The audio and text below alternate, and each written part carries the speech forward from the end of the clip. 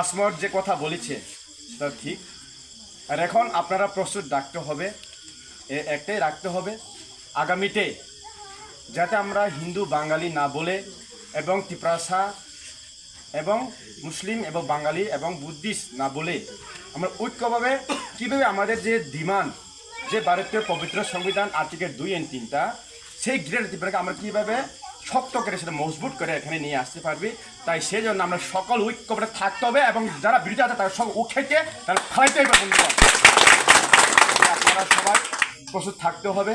আর আমাদের মহারাজা বুবাগরা শুধু আমাদের ত্রিপ্রাসা জাতি নয়, আপনারা সবাই জানেন আজকালে এই যুবক সবাই শিক্ষিত সমাজ, সবাই মোবাইল আছে, ইউটিউবে আছে, মিডিয়াতে যুগ, সবাই জানেন মহারাজ কী করছেন। মহারাজ কোনো মুসলিম বিরোধী না, মুসলিম বুবাগরা কোনো খ্রিস্টান বিরোধী না, বুবাগরা সকলের জন্য কাজ করছে এবং প্রমাণও আছে। তাই আপনারা সত্য সঙ্গে আমরা জয়ী হইব। তাই আমরা সত্য বুবাগরা যখন আছে আমরা সবাই বুবাগরা একসঙ্গে আমরা ঐক্যবদ্ধে প্রাণ গেলে প্রাণ যাব, কিন্তু আমরা বুবাগরা ছাড়বো না, এটা মনে রাখতে হবে বন্ধুগণ। তাই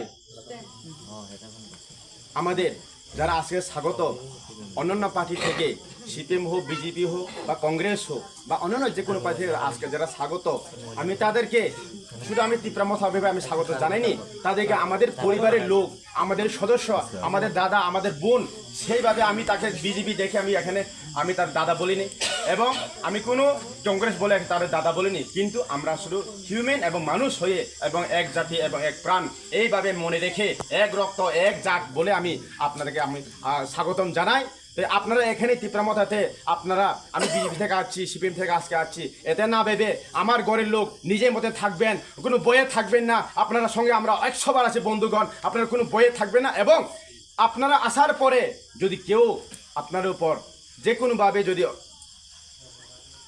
কোনোভাবে আপনাদেরকে যদি কেউ হুঙ্কার করে, তাহলে সেই হুঙ্কারকে আমরা মুছে ফেলবো এবং মুছে ফেলে দেবো নদীতে বন্ধুগণ। কোনো বিজেপি বা কোনো পার্টি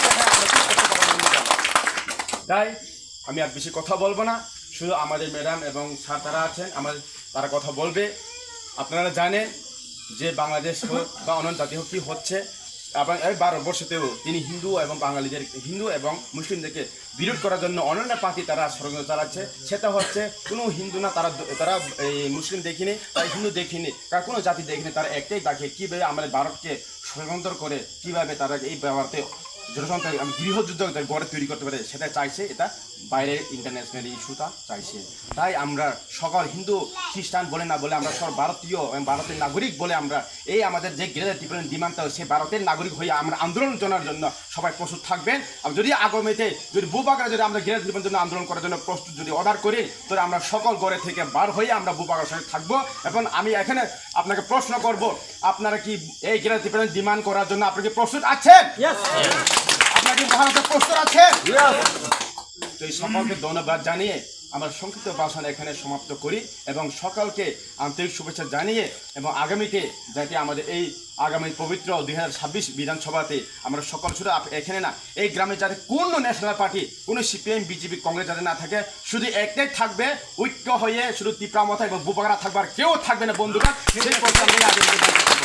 সেই কথা বলছি এবং সবাইকে হরকাহাম এবং গুড নাইট, শুভরাত্রি বলে আমার সংক্ষিপ্ত ভাষায় সমস্ত কল্যাণ তীব্রমতা আয়োগথং এবং বুবাগরা আমাদের দীর্ঘজীবী হোক এবং আমাদের YTF এবং বোমা বদল এবং মহিলাগুলিও সবাই দীর্ঘজীবী হয়ে এখানে শান্তিতে আমরা বসবাস করি। সেজন্য সবাইকে অনুরোধ জানাচ্ছি। থ্যাংক ইউ, ধন্যবাদ।